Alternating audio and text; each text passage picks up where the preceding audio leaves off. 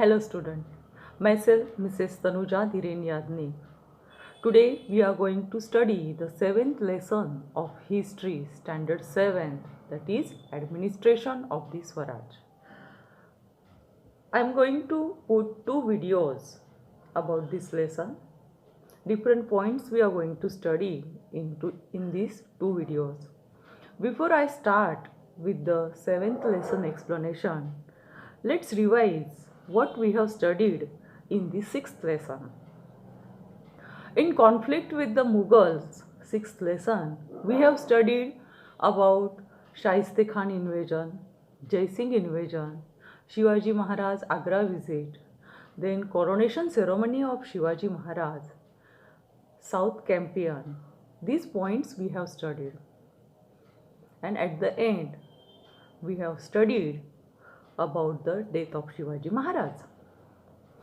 Now in this video, we are going to study first the Ashtapradhan Mandal, which were the 8 departments in the administration of Swaraj that we are going to study.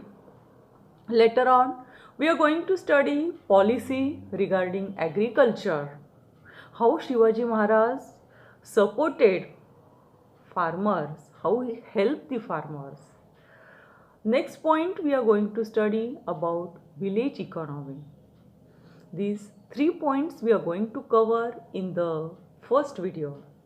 And in second video, we are going to study the trade and businesses, how the military organizations were there, how Shivaji Maharaj protected forts, which sea forts he had constructed, why Shivaji Maharaj strengthened the navy power.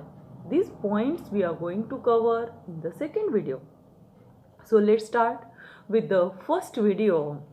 The Swaraj comprising large areas. Which were the areas?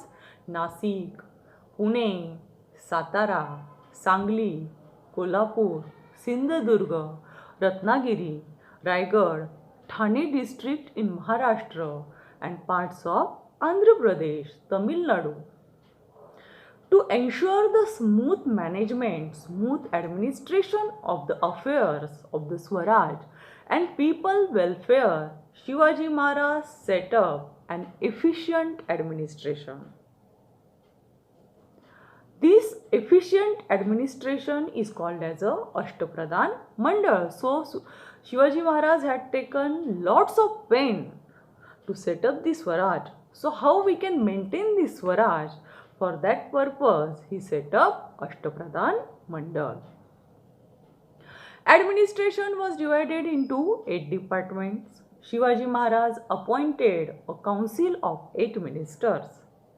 A head was appointed for each department. Maharaj alone had the powers to appoint and remove a minister as they are answerable for their particular department.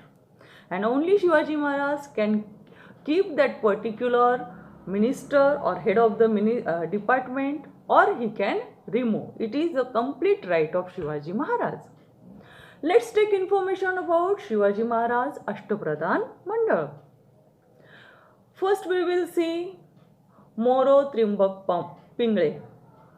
He was having the Pradhan designation and his work was running administration, making arrangement for the conquered territories. So Moro Trimbak Pingle was a Pradhan. Second department, Ramchandra Nilkanta Muzumdar. He was having or he was securing the designation of Amatya. Keeping the accounts of the state was the duty of Amatya or Ramchandra Muzumdar. Annaji Datta, his designation was Sachiv and his work was preparing royal edicts. This was his duties. Dattaji Trimbak Vaknis, this is the 4th minister and his designation was Mantri and general correspondence was his duty. Ramchandra Trimbak Dabir, his designation was Sumant and his duties were foreign relations. Hambirrao Mohite, his designation was Senapati and his duties were organization of the army, protection of the kingdom. It was his duty. Niraji Raoji, his designation was Nyayadhish and his duties were dispensing justice. Moreshwar Pandit Rao, and the next designation was Pandit Rao and his duties were looking after religious matters. These were the 8 ministers of his Ashtapradhan Mandal. Children, now we are going to take information about the policy regarding agriculture. As I told you that Shivaji Maharaj was supporting the farmers because farmer or the farming was the basic occupation of the people. Agriculture was the main occupation of the villagers. Annaji Datta was interested the responsibility of organizing land revenue system. Officers were warned not to collect forcibly revenue than the amount that was fixed. Means they are suppose or they were warned that they can't collect the extra kind of a revenue. He encouraged the peasants to bring uncultivated land under cultivation.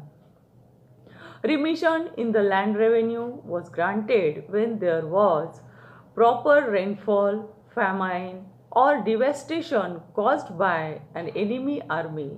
Means if extra kind of a rainfall was there, if a famine condition was there or some enemy had attacked, so that time land revenue was granted or remission in the land revenue was granted.